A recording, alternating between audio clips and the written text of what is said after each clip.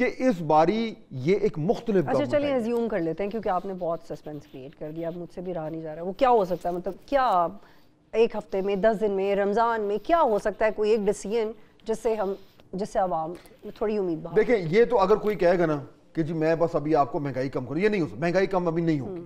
رمضان آ رہا ہے, رمضان میں ابھی آنیسٹی کے بھی چیف منسٹر پنجاب نے بھی کہہ دیا کہ جی ہم آپ کو ریلیف دیں گے. یہ سارے ضروری کام ہیں, لیکن یہ میں بات کر رہا ہوں وہ اس طرح کے فیصلے جن سے لوگوں کو لگے کہ ایکچولی یہ معاشرے میں کوئی تبدیلی لانا چاہ رہے ہیں. دیکھیں نا لوگوں کی زندگیوں میں اس وقت سب سے زیادہ امپیکٹ کس چیز کا ہوتا ہے, کس سے ان کا کانٹیکٹ ہمیشہ رہتا ہے, چاہے وہ سرکار ہو, چاہے وہ پولیس ہو, چاہے وہ کچہری میں ان کو دھکے پڑنے ہیں, تعلیم کے ایشوز ہیں, صحت کے ایشوز ہیں. اب یہ کہنا کہ جی ہم حالات بہتر کر دیں گے, دس از ناٹ گڈ انف. آپ کو امیڈیٹلی کچھ ایکشنز لینے ہیں, امیڈیٹلی. اور اس میں اس لیے 62-63 کے لیے آ رہا تھا کیونکہ اس سے شاید میری اور آپ کی زندگی میں امیڈیٹلی کوئی فرق تو نہ پڑے, لیکن ہمیں یہ پتہ چلے, یہ احساس ہوگا کہ گورنمنٹ ایکچولی ریڈی ہے وہ کام کرنے کے لیے جو پچھلے 20-30-40 سال سے گورنمنٹس نہیں کر رہی تھی. This is the kind of decision making that we need. بہت اہم نقطہ ہے, اور ہمیں ایک ایسی قیادت کی ضرورت ہے جن میں کریج ہو کہ وہ لیڈ کر سکیں. آئی ہوپ کہ شہباز شریف کر سکیں. پروگرام دیکھنے کا شکریہ, اللہ حافظ.